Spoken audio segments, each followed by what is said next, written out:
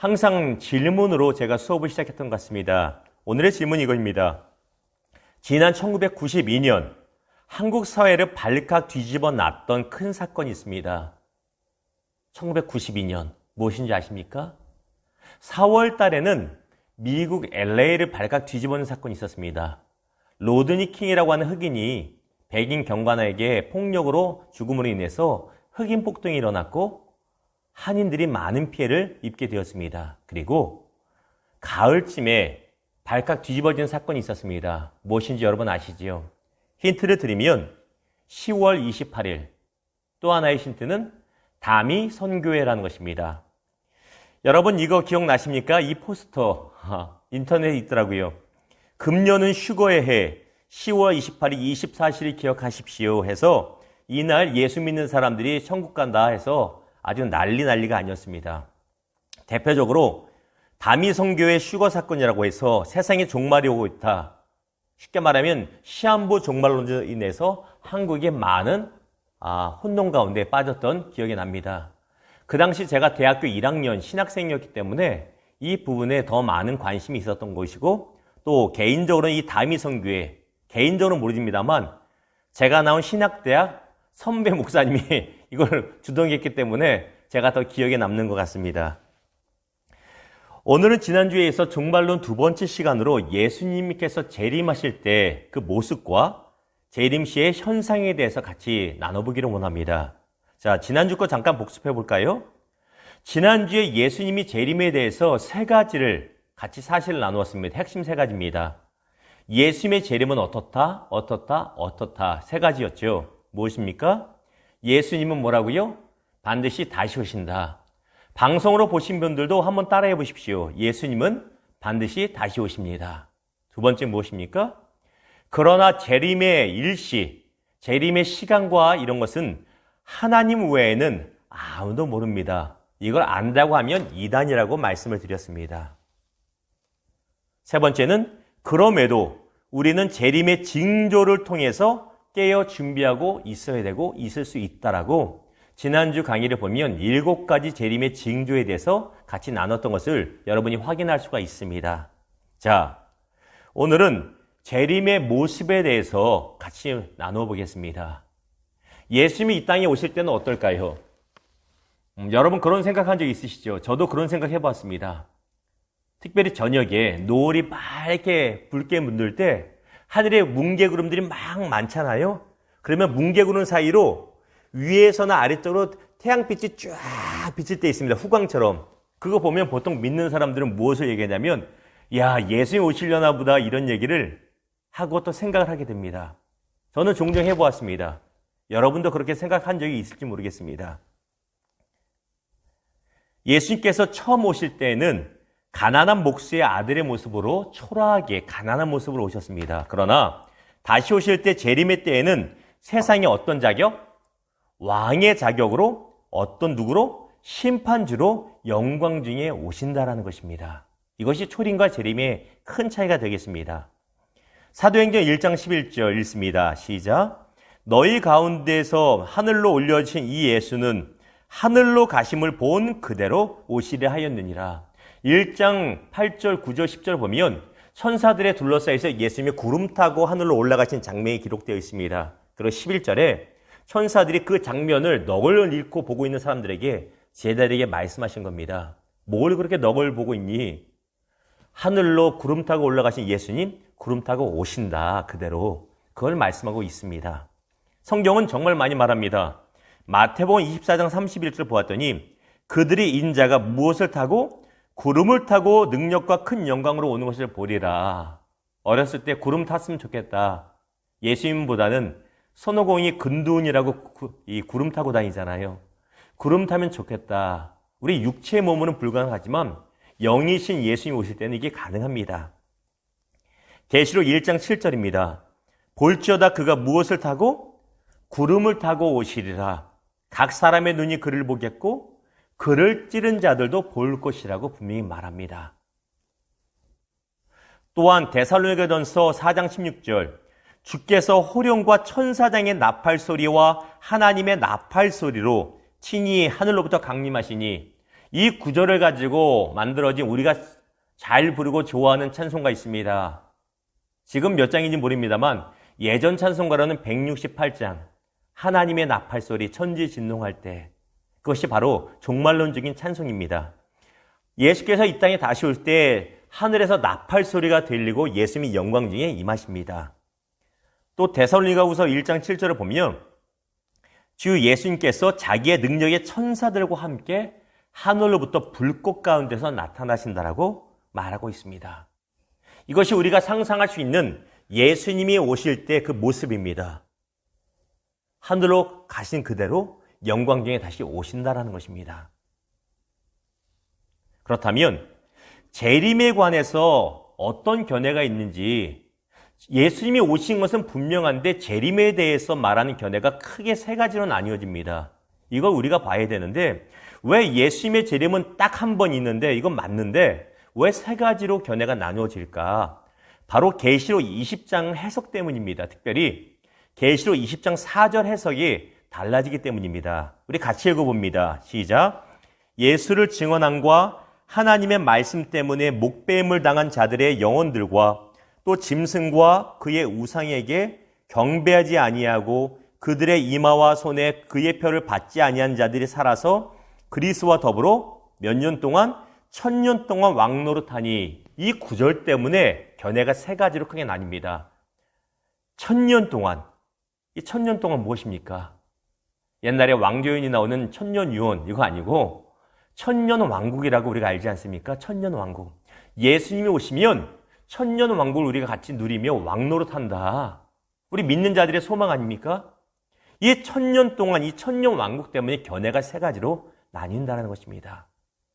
이 부분을 좀 어렵지만 최대한 쉽게 나눠보겠습니다. 자, 가장 쉬운 건 이것만 알고 있어도 어디 가서 좀 아는구나 소리 들을 수 있는 거 보여드립니다. 제가 만들었는데, 자, 계시록 20장 4절에 1000년 동안 천년왕국이 나오지요. 보시죠? 그러면 예수님의 재림이 있습니다. 예수님의 재림이 천년왕국을 중심으로 했을 때 예수님의 재림이 천년왕국이 시작하기 전에 오시면 그걸 전천년설이라고 합니다. 전천년설. 다시 말씀드려요. 천년왕국을 기준으로 예수님의 재림이 천년왕국 전에 임하면 이루어지면 천년왕국, 전천년설, 전천년설. 그러니까 천년 전 재림이 돼서 전천년설. 예수님께서 이 땅에 다시 재림하실 때 천년왕국을 다 누리고 나서 오시면 천년왕국 후에 오셨다 해서 후천년설이라고 부르는 겁니다. 후천년설이 되고, 그러면 가운데 뭡니까? 통과해버리죠. 이 무천년설은 천년왕국이라는 것은 실제적으로 없다라고 하는 것이 무천년설입니다. 이 세 가지 우리가 잠시 또 나눠보겠습니다. 여러분 핵심을 기억하시겠죠? 천년왕국은 분명히 있는데 이 천년왕국을 어떻게 해석하냐에 따라서 전천년설이 될 수도 있고 무천년설이 될 수도 있고 후천년설이 될 수도 있습니다. 이거에 따라 달라진다는 것이에요. 자, 좀 더 자세히 나눠봅니다. 먼저 후천년설입니다. 이 견해는 예수님께서 천년왕국 언제? 이후에 재림하신다는 것. 아까 전에 보셨죠? 천년왕국이 먼저 있고 그 이후에 오시니까 후천년설입니다. 그런데 후천년설은 여기서 말하는 천년은 문자적인 천년이 아니다. 그냥 아주 긴 기간이다. 뭐 2000년이 될 수도 있고 3000년이 될 수도 있고 만년이 될 수도 있고 긴 기간이라고 그들은 해석을 합니다. 자, 후천년설에 있어서 후천년설은 이렇게 말합니다. 성령님의 사역과 복음의 확장을 통해서 이 땅에 교회의 땡땡땡땡이 열어지고 땡땡땡땡이 올 것인데 이것을 천년왕국이라고 주장합니다. 그리고 천년왕국 끝나면 예수님께서 재림하실 것이라고 주장하는 것이 후천년설입니다. 이 뭘까요? 교회의 사역과 복음의 확장을 통해서 이 땅에 교회의 황금기, 황금시대가 열립니다. 그리고 황금시대로 교회가 온 땅에 황금시대가 열어지니까 이 땅이 어떻게 해요? 살만한 의와 평강의 시대가 됩니다. 이 지구상이 말입니다. 그렇게 되면 그것이 천년왕국이 이루어진 시작이고 그게 끝나면 예수님이 오실 것이다, 이 땅에서. 이 내용을 한마디로 하면 무엇인지 아세요? 네 글자 단어로? 네 글자로 된 단어로 말하면 이 이북 사람들, 북한 사람들이 많이 쓰는 바로 지상낙원이 임하면 뭔가 좀 이상하지요. 이래서 이게 후천연설이 잘못된 이론으로 보통 평가를 받고 이 이론을 따르는 사람들이 거의 없습니다. 아주 몇백 년 전에는 있었는데 지금은 이게 말이 안 되기 때문에 따르지 않습니다. 왜 그렇습니까? 이 견해는 비성경적이며 현대는 거의 받아들이지 않습니다. 이유가 무엇이에요? 자, 디모데후서 3장 1절이 말합니다. 너는 이것을 알라. 말세 무슨 때? 지상 낙원의 때가 아니라 고통하는 때, 고통받는 때가 열린답니다. 오히려 복음 전하기 힘들어지고 예수 믿는 게 힘들어져야 되는데 이들은 말하기를 마지막 되면 지상 낙원이 열린다. 복음이 다 퍼져서 기독교의 황금지, 교회의 황금 시대가 열린다. 이거 말이 안 되지 않습니까? 이래서 후천연설은 받아들이지 않고 있습니다. 그러나 이론적으로 이렇다 해서 가장 먼저 말씀드렸습니다. 그 다음 후천연설이 뭔지 아시겠죠? 그 다음은 무천연설입니다. 무천연설. 자, 무천연설이 무엇이냐면 천년이 없다라는 것인데 이 견해는 장로교나 감리교나 우리와 같은 침례교 등 복음주의 교단에서 가장 많이 인정받고 인정하고 따르고 있는 견해입니다. 아니 성경에 천년왕국이 있다고 했는데 왜 이걸 우리가 따릅니까? 라고 반문하실 수 있습니다. 차근차근 설명을 해드리겠습니다. 무천연설에 의하면 어떤 다른 천년의 시대가 존재하는 것이 아니라 천년왕국은 지금 이 시대, 우리가 살고 있는 이 시대, 신약시대이며 이 시대가 끝나면 그게 언제든지 언제 끝날지 모르지만 끝나면 예수님이 재림하시는 견해입니다. 정리해 볼까요? 좀 전에 했던 후천년설은 천년왕국이 있은 다음에 예수님이 그 이후에 오셔서 후천년입니다. 이 땅에 지상낙원, 기독교 황금기가 열리는 것이 천년왕국이라고 해석한다고 했지요. 반면에 지금 보는 무천년설은 특별한 천년이라는 시대가 없다는 겁니다. 우리가 살고 있는 이 시대가 곧 천년의 시대라는 것입니다. 자, 이 견해에서는 성경의 천년을 어떻게 해석하냐면 예수께서 처음 오셨던 초림, 특별히 오순절 성령이 임하시는 성령 충만한 침례를 받는 그 날부터 예수님이 다시 오시는 재림의 날까지 그 기간을 상징적인 기간, 천년이라고 봅니다. 아시겠죠? 무천년설에서 천년은 실제로 어떤 특별한 기간이 아니라 지금 우리가 살고 있는 시대고 천년이란 것은 상징이다, 비유다라고 해석을 보통 보고 있습니다. 무천년설에 의하면 구원받은 성도는 이 세상에서 예수 그리스도와 더불어 영적으로 왕노릇하는데 이것이 바로 천년왕국을 살아가는 것이랍니다. 여러분 왕입니까? 여러분 왕노릇하고 계십니까? 저는 왕노릇하고 있습니까? 예, 하고 있습니다. 어떻게? 무천년설에서는 십자가를 따라서 예수님을 닮아가는 삶을 사는 것이 영적으로 왕노릇하는 것이라고 해석을 하고 있습니다. 이해가 되셨죠? 그리고 이 견해에 의하면 이 기간 마귀는 결박되어 마귀의 영향력이 현저하게 줄어든다고 봅니다. 자, 보십시오. 계시록 20장 2절에서 3절입니다. 용을 잡으니 곧 옛뱀이요 마귀여 사탄이라 천년 동안 결박하여 무적에게 던져 넣어 잠그고 그 위에 임봉하여 천년이 차도록 다시는 만국을 미혹하지 못하게 하였는데 그 후에는 반드시 잠깐 놓이리라.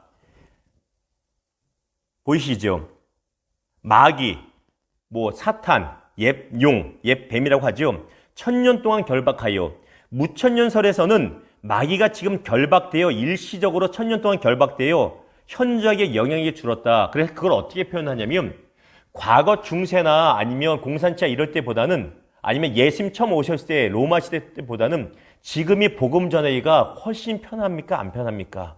편합니다. 물론 아프리카나 북한이나 중국에서는 복음 때문에 여전히 박해받는 분도 있지만 전반적으로 전체를 보면 예수 믿는다고 크게 박해받지 않고 예수 전하는 것 때문에 크게 어려움을 당하지 않는 시대입니다. 어려움은 분명히 있습니다만 왜?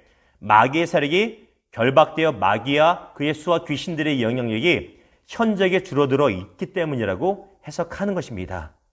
이해가 되셨죠? 이해가 되셨죠? 자,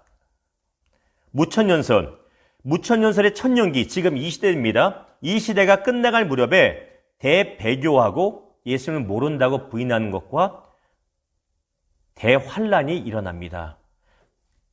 1000년 동안 이 1000년이나 무천년에서 1000년은 분명히 말씀드리지만 없어요. 지금 이 시대를 말합니다.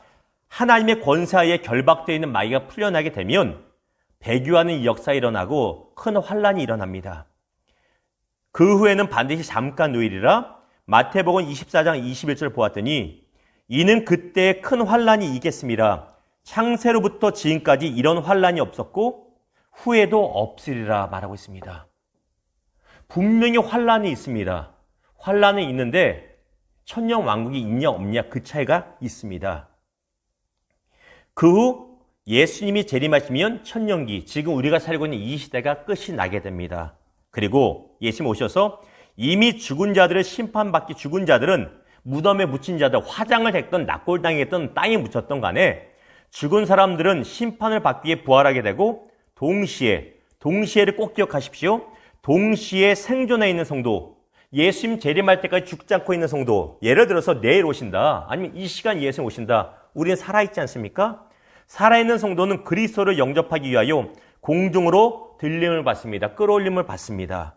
그런데 이게 동시에 이루어진다는 것입니다. 이게 중요합니다. 왜냐하면 좀 이따 나눌 전천년설에서는 동시에 이루어지지 않고 2단계 재림이 이루어지기 때문에 이걸 동시에 이루어지는 것을 우리가 기억을 해야 됩니다.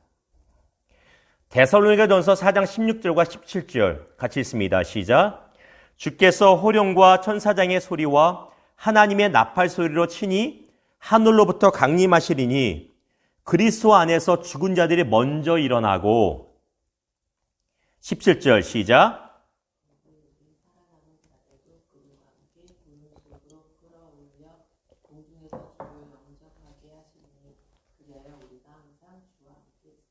예. 이 구절 두 구절을 보면 먼저라는 단어가 있으니까 죽은 사람들이 살아나고 그 다음에 얼마 후에 살아나는 사람들, 죽지 않고 예수 믿고 있지만 죽지 않는 사람들도 천국 올라가는구나, 예수께 올라가는구나, 그렇게 해석할 수도 있고 동시에 일어나는 걸 볼 수 있는데 우리가 지금 다루고 있는 무천년설에서 이것이 동시다발적으로 일어난다고 해석을 하고 있습니다. 그렇게 되지 않으면 재림이 2번 임해야 됩니다. 재림은 분명히 한 번인데 그 문제가 생깁니다.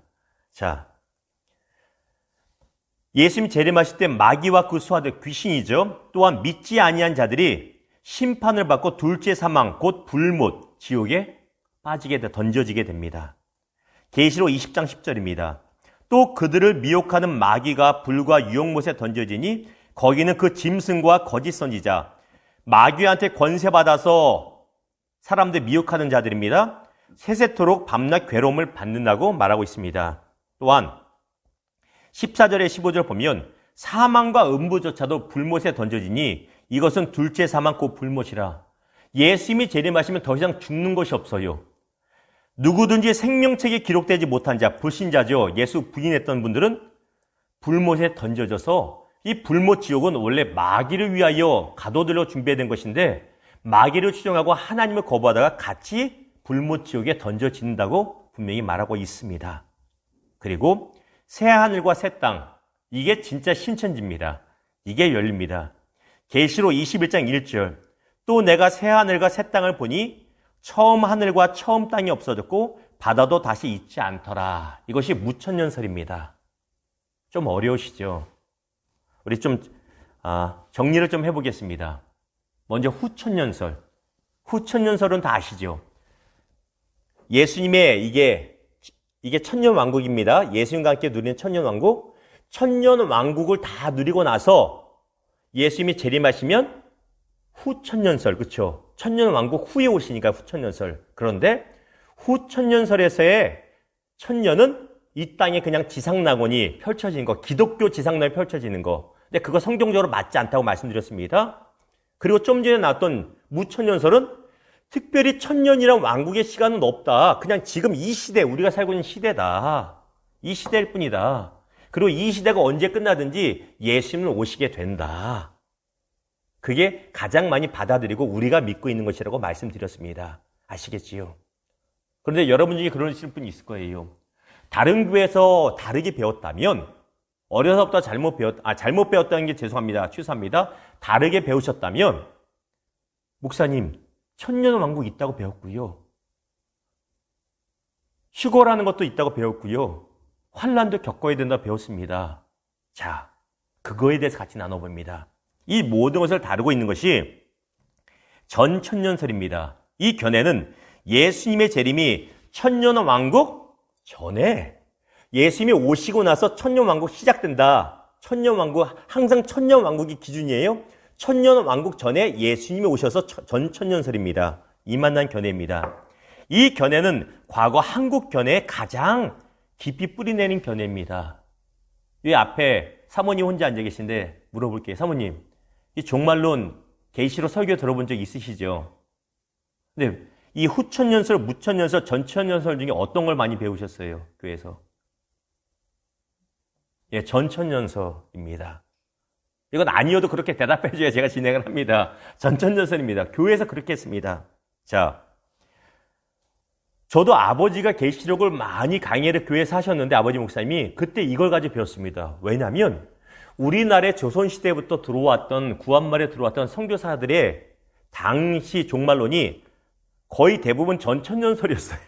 그러니까 당연히 한국교회는 전천년설이 정통으로 데려왔습니다. 이게 진짜인지 알고 왔어요. 물론 이게 거짓말이라도 하는 것은 아니에요. 이론이기 때문에, 견해이기 때문에, 후천년설은 아니기 때문에. 자, 심지어 제가 유학 가서 이 Left Behind라고 영화가 있습니다. 시리즈 1, 2인데 이 영화 주인공입니다. 영화 주인공이 예수를 믿고 교회 생활 잘하는 청년이었는데 나름대로 본인은 교회 생활 잘하는 줄 알았습니다. 그런데 어느 날 여러분 어벤져스 영화 보면 이 타노스가 딱 반지 갖다가 이 반지 낀 장갑으로 딱 하니까 인류의 절반이 사라지지 않습니까? 그런 것처럼 같이 차를 마시다가 남만 남고 다 사라졌습니다. 옷까지만 남았습니다. 그걸 소위 말하는 휴거가 됐다는 거예요. 그래서 남은 사람들 고생하면서 구원을 이루어갑니다. 그 영화가 이 영화고 책입니다. 미국 사회에서도 이것 때문에 굉장히 논란이 많았습니다. 전천년설이 맞냐, 무천년설이 맞냐.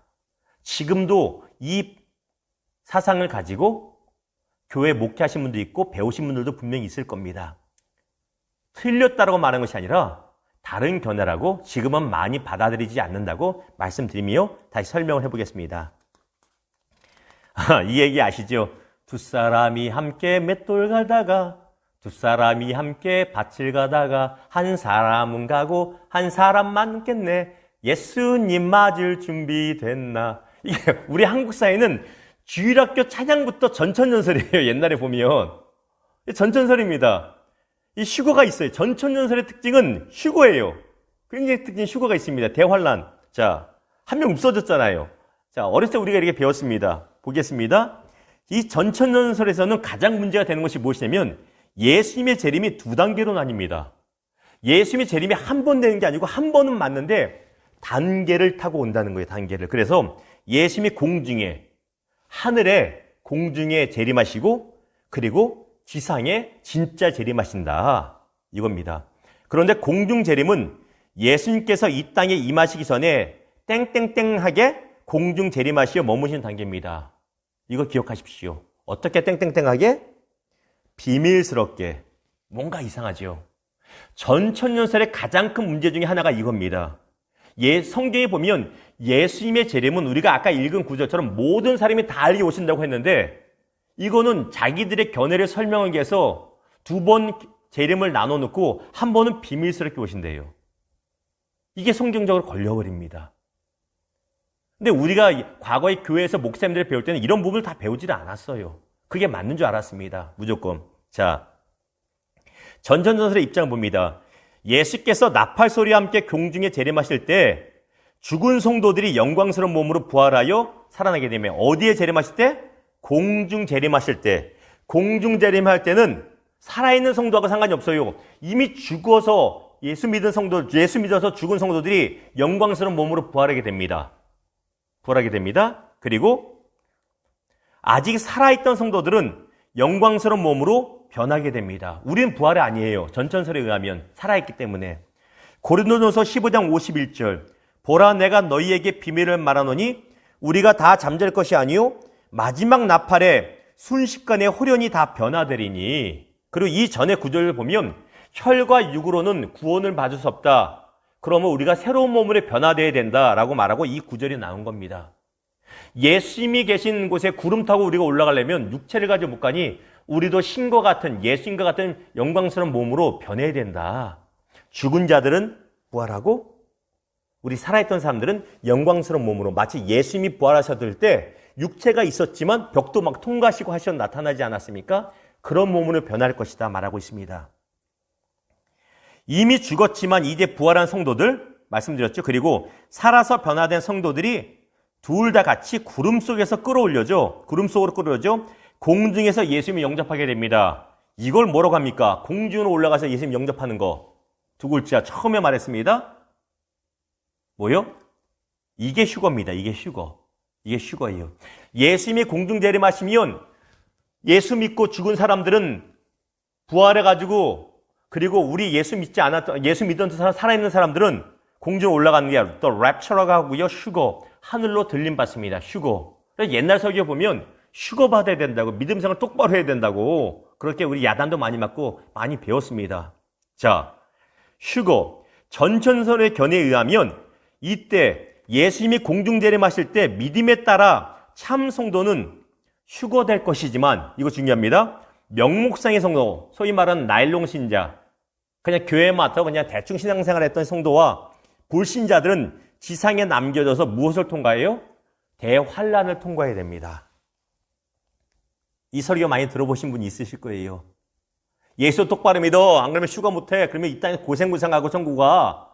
아니면 천국 못 올 수도 있어. 이 설교가 어디서 나오냐면 다 전천년설에서 배웠기 때문에 이 설교가 나옵니다. 이게 꼭 100% 틀리다고 말하는 거 아닙니다.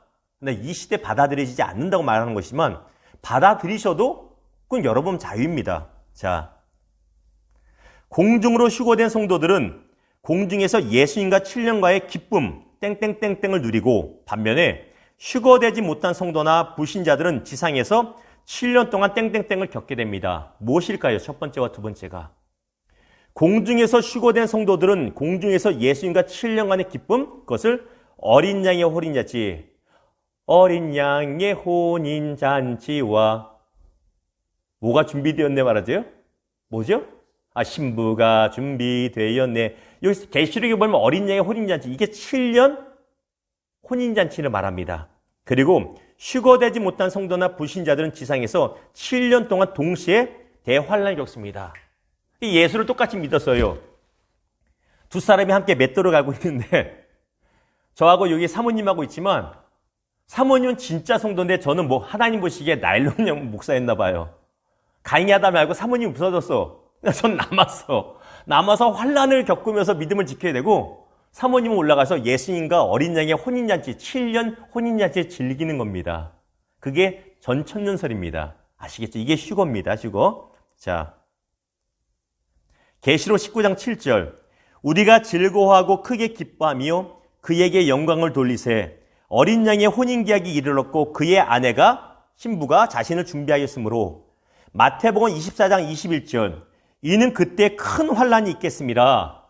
동시에 한쪽 예수 잘 믿던 성도들은 잔치, 불신자와 나일론 신자들은, 유대인들은 이곳에서 대환란을 겪게 됩니다. 아시겠죠? 이게 전천년설 공중 재림 시에 나타나는 현상입니다. 자, 그러면 공중에 재림하시고 두 번째 이제 지상에 재림하셔야 되잖아요. 공중 재림하시고 나서 적그리스도, 지상 재림할 때는 어떤 일이냐면 적그리스도, 마귀가 세운 적그리스도, 이게 트럼프가 될지 이게 푸틴이 될지 누가 될지 모릅니다. 그냥 적그리스도가 어떤 있어요. 그건 누구라고 말할 수 없습니다만 적그리스도가 예수님과 성도, 교회를 대적하여 큰 전쟁을 일으킵니다. 이 판사판, 나 어차피 불못에 빠지니까 교회나 다 그냥 끌고 가버리자, 성도들 끌고 가자 전쟁 일으킵니다. 이것을 무엇이라고 해요? 어떤 전쟁? 영화 제목이 있습니다. 어떤 전쟁이요? 만화책도 있는데 이현세 씨, 그 유명한 아마겟돈 전쟁이 바로 계시록에 나온 이 전쟁을 말합니다. 자, 계시록 16장 13절과 16절 교독하겠습니다. 또 내가 보매 개구리 같은 새 더러운 영이 용의 입과 짐승의 입과 거짓 선지의 입에서 나오니 용은 사탄마귀, 짐승의 입과 거짓 선지자는 누구냐면 용이 권세를 줘서 사람들 미혹하던 자들을 말합니다. 여기서 나오니 같이 읽을까요? 시작.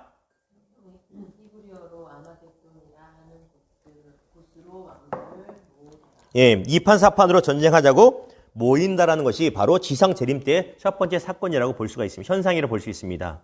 두 번째는 7년 동안 대환란을 일으키지 않았습니까? 그 주범인 마귀가 1000년 동안 무정행에 갇히게 됩니다. 왜? 7년 환란이 끝나고 나서 이 1000년 왕국이 시작이 됩니다. 마귀가 1000년 왕국을 예수님이 믿는 성도가 즐기려면 방해를 못하도록 무정행에 잠시 동안 가둔 것, 이것이 됩니다. 이게 전천전설이고요. 그리고 비록 휴거는 못 받았지만 인내 믿음으로 대환란을 통과한 성도들이 그때서야 부활해서 그제야 구원의 반열에 이르게 됩니다. 자, 예수님이 공중재림하실 때 진짜 예수님은 다시 말씀드립니다. 전천년설에 의하면, 이거 단서를 붙여야죠. 전천년설에 의하면 예수님이 공중재림하실 때 예수 진짜 잘 믿던 성도들은 들림 받습니다. 휴거돼요. 휴거되지 못한 성도와 불신자들은 이 땅에서 7년 대환란을 겪고, 반면에 휴거된 성도들은 어린 양의 혼인잔치를 즐깁니다. 7년 엄청난 환란 가운데서 그 배교의 위협이 있고 유혹이 있고 핍박이 있습니다. 이걸 막 먹을 것도 없는데 막 견뎌내는 거예요. 전천전설에 의하면. 그리고 인내 믿음을 지킨 사람들은 예수님이 이 땅에 다시 지상재림하실 때 그제서야 부활하여 올라간다는 것입니다. 아시겠지요? 구절이 있어요. 성경 구절은 20장 4절에 보면 또 내가 보니 예수를 증언한가 하나님의 말씀 때문에, 쉽게 말하면 믿음 생활하다가 목배임을 당한 자들의 영혼 순교하고 핍박받고, 또 짐승과 그의 우상에게 경배하지 아니하고 그쪽에 미혹되지 않고, 또 그들의 이마와 손에 그의 표를 받지 않는 자들이 살아서 그리스도와 더불어 1000년 동안 왕노릇하니. 자, 이해가 되시죠? 여기서 그들의 이마와 손에 그의 표 받는다. 짐승의 표 뭐예요? 이거 우리가 말하는, 쉽게 말하면 666 받냐, 옛날에 이렇게 많았잖아요. 바코드가 666이니 뭐 조그만 무슨 베리칩이 666이니, 요즘도 그런 말 많이 하시는 극단적인 종말주의자분들이 있습니다. 그렇지는 않습니다만 바코드나 베리칩이 666은 아닙니다. 어떻게 나타난지 모르지만 그것은 아닙니다. 사용해도 됩니다. 아무튼 이렇게 환란 중에 믿음을 지킨 분들이 다시 그리스도와 더불어서 이제 예수께 올라가서 1000년 동안 왕노릇합니다. 이제서야 1000년 왕국이 시작됩니다. 예수님의 공중재림하시고 지상재림하시고 나서야 1000년 왕국이 시작됩니다. 1000년 왕국 중에 재림하셨기 때문에 전천전설인 겁니다. 지상의 7년 대환란이 마친 후 예수께서 지상에 강림하시어 부활한 성도들과 함께 이 땅을 다스리시게 됩니다. 자, 이것이 전천년설의 1000년 왕국의 시작이고, 전천년설의 대표적인 특징은요, 숫자를 다 문자적으로 해석합니다. 7년 대환란도 진짜 7년 계산해버립니다. 7년 어린 양의 혼인잔치로 7년을 그냥 보통 생각을 합니다. 1000년도 후천년설은 긴 기간이라고 말했고, 무천년설은 그런 게 없다, 지금 이 시대라고 말했는데, 전천년설은, 특별히 세대주의적이라고 하는 전천년설은 아예 문자적으로 해석해버립니다. 진짜 1000년이라고 대부분 말합니다. 저도 어렸을 때 그렇게 배웠고, 심지어는 제가 성결대학교를 나왔는데 거기서도 그런 교재를 가지고 그렇게 배웠습니다. 나중에 보니까 아니더라고요. 아니라기보다는 다른 견해가 더 합당한 게 있더라고요. 여러분은 어떻게 배우시는지 모르겠습니다. 예수님이 지상재림하시면 그들의 하나님과 그리스도의 제사장이 되어 1000년 동안 그리스도와 더불어 왕노릇하리라. 1000년 왕국 시작됩니다. 그리고 이때 자연계와 인간의 연약함이 회복됩니다. 성경에 보면 사자들이 어린 양과 뛰놀고 어린이들 함께 뒹구며, 이 찬양 있지 않습니까? 이사야서 65장에 자연계가 회복이 된다라고 말하고 있고요. 인간의 연약함이 회복돼서 사람이 7, 80 사는 것이 아니라 뭐 100세, 200세 살아도 죽지 않고 강건합니다. 병도 없고. 지금처럼 코로나19 바이러스 때문에 죽을 일도 없어요. 모든 것이 다 회복되기 때문에, 그것이 바로 전천년설의 이 지상대림세의 현상입니다. 그리고 1000년 왕국이 끝난 후 모든 육체가 심판주 대신 예수님 앞에서 최후의 심판을 받게 됩니다.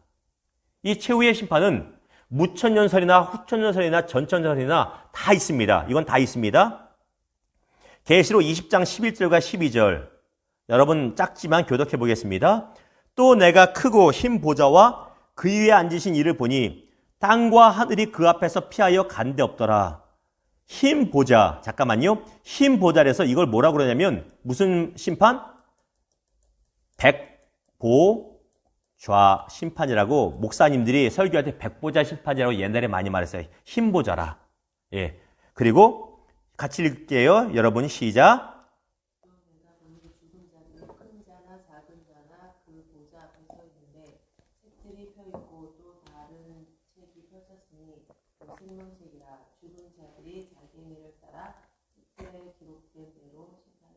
예, 백보자 심판 앞에서는 천년설이 무천년이든 후천년이든 전천년이든 다 심판받습니다. 이건 분명합니다. 어느 견해에서 분명히 동일합니다. 예수님이 심판자로 오시면 그 앞에 마지막으로 최후 심판을 받습니다. 책이 두 권이 있다고 봅니다. 하나는 생명체. 예수 믿고 구원받기로 예정된 택함받은 자는 생명체 이름 있고 그 사람들은 천국 갑니다.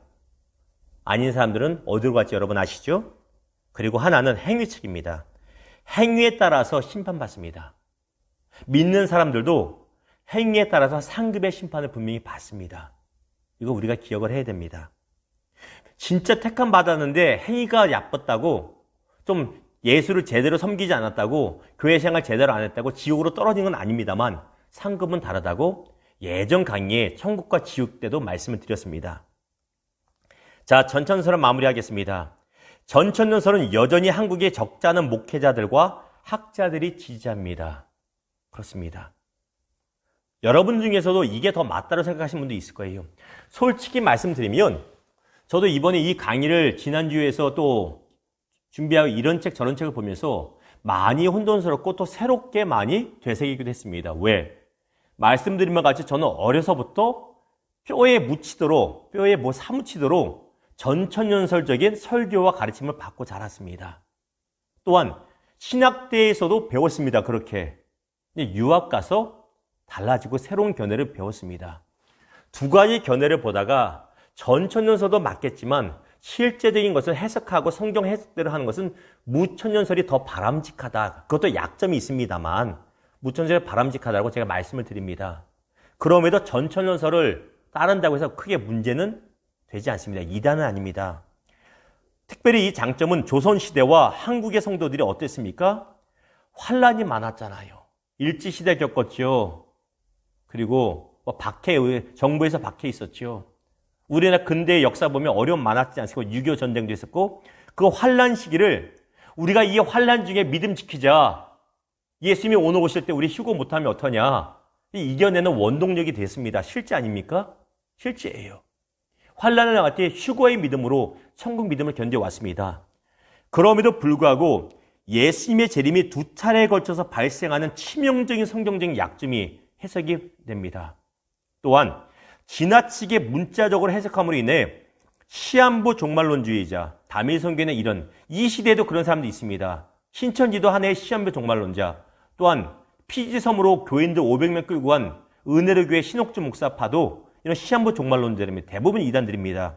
그들에게 빌미를 제공하는 것이 전천년설이 됩니다. 예수 똑바로 믿어. 안 그러면 쉬고 못 당해. 어디 목회자한테 대들어.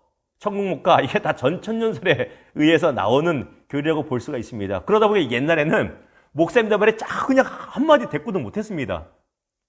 요즘은 이게 그렇지는 않지요. 근데 그런 교회들은 대부분 전천년설을 많이 따르고 있을 것입니다.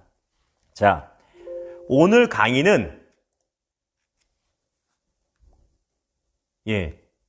이렇게 제가 원하는 대로 짧게 끝나게 되겠습니다. 다시 한번 우리 정리를 해볼까요? 화면 보시면서, 자, 어디 있을까? 이 화면 보시면서 예수님의 재림은 분명히 있습니다. 그러나 계시록 20장에 나오는 천년 왕국을 중심으로 보았을 때 견해가 세 가지로 나뉜다. 전천년설, 천년 왕국 전에 예수님이 오셔서 전천년설, 천년 왕국이 있기 전에 예수님이 재림이 임해서 후천년설, 천년 왕국은 실제적으로는 없다. 그래서 무천년설. 이거 아주 쉽게 이해되시죠? 이해되시죠? 과거 한국 사회에서는 전천년설이 많이 있었고 이 장점은 환난과 어려움 중에도 믿음을 지키게 하는 원동력은 됐습니다. 추거받아야 되니까. 그러나 지나친 상징적인 표현, 비유 표현으로 인해서 문제들이 발생을 합니다. 후천년설은 애시당초 말이 잘 안 된다고 말씀드렸습니다. 이 땅에 기독교 지상천국이 이루어진다. 아니요. 가면 갈수록 교회가 더 어려운 시대가 됐는데요. 그렇지 않습니다. 가장 바람직한 것은 무천년설이다. 이 시대가, 우리가 살고 있는 이 시대가 천년의 시대다. 천년의 왕국이라는 것은 문자적인 것이 아니라 상징적인 것이다. 이 시대다. 그리고 이 시대가 끝나면 언제든지 예수님 오실 것이다. 라고 말씀드렸습니다. 다른 것 다 기억 못하셔도 요 도표만 기억하셔도 누가 전천년설, 후천년설, 무천년설 이야기할 때 헷갈리지는 않으실 겁니다. 특별히 오늘 강의 이 PPT 교환과 제 교환은 네이버 밴드에다 첨부 문서를 올려드리겠습니다. 여러분이 강의 보시면서 말로만 들었을 때 헷갈렸던 부분은 이 첨부 문서를 보시면서 참고하시고 복습하시면 더 이해가 쉬울 듯 합니다. 혹시 질문이 있으시면 밴드나 저에게 개인적으로 연락 주시면 또 성심성의껏 답을 정리해서 드리도록 하겠습니다. 예, 오늘 이만 수업을 마치겠습니다. 감사합니다. 기도하겠습니다.